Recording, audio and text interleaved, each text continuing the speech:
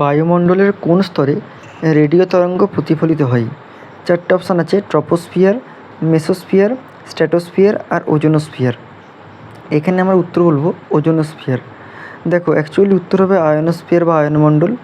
ওকে, আয়নমণ্ডলের কাছাকাছি ওজোনোস্ফিয়ার আছে বলে আমরা ওজোনমণ্ডল বললাম। গ্যালভানাইজেশন হলো লোহার ওপর কিসের প্রলেপ? চারটে অপশান আছে নিচে, দস্তা, তামা, সীসা আর অ্যালুমিনিয়াম।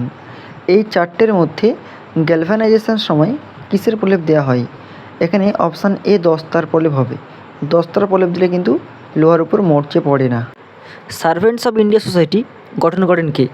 চারটে অপশান আছে, রাজা রামমোহন রায়, দয়ানন্দ সরস্বতী, গোপালকৃষ্ণ গোখলে আর মহাত্মা গান্ধী।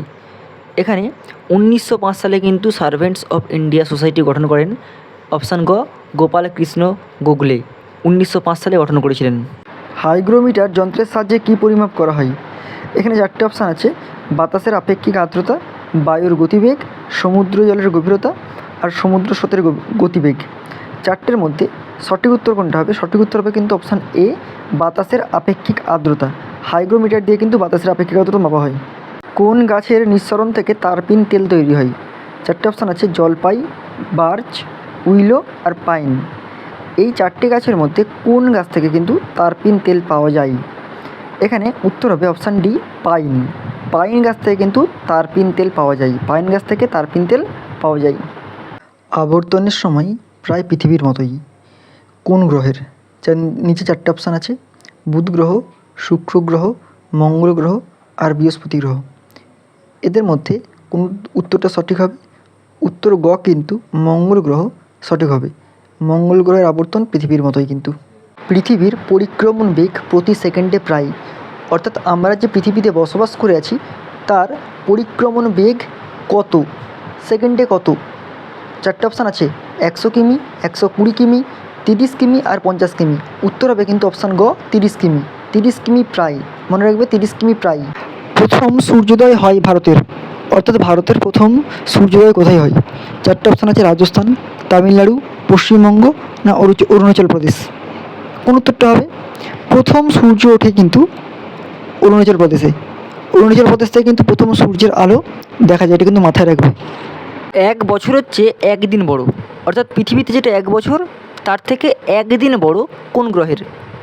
বুধ গ্রহের, মঙ্গল গ্রহের, বৃহস্পতি গ্রহের না শুক্র গ্রহের? কোন গ্রহ যেটা একদিন মোটে বড়? তোমরা কি জানো উত্তর? উত্তর হবে কিন্তু এখানে শুক্র গ্রহ। অপশান ঘ হচ্ছে শুক্র গ্রহ, যেটা কিন্তু উত্তর হবে। পূর্ব থেকে পশ্চিমে আবর্তিত হয় কোন গ্রহ? পূর্ব থেকে পশ্চিমে আবর্তিত হয় কোন গ্রহ? চারটে অপশান আছে, বুধ গ্রহ, শুক্র গ্রহ, নেপচুন গ্রহ আর ইউরেনাস গ্রহ। এর মধ্যে পূর্ব থেকে পশ্চিম দিকে কিন্তু আবর্ত হয় অপশান খ শুক্র গ্রহ। শুক্র গ্রহ এমন একটা গ্রহ যেটা কিন্তু পূর্ব থেকে পশ্চিমে আবর্তিত হয়। মহাবিষুব হয়, আমরা প্রত্যেকেই জলবিষুব, মহাবিষুব নিয়ে পরিচিত। তো মহাবিষুব কত তারিখে হয়? 21শে মার্চ, 23শে সেপ্টেম্বর, 21শে জুন আর 22শে ডিসেম্বর। মোট চারটে অপশান আছে, এর মধ্যে কোনটা হতে পারে?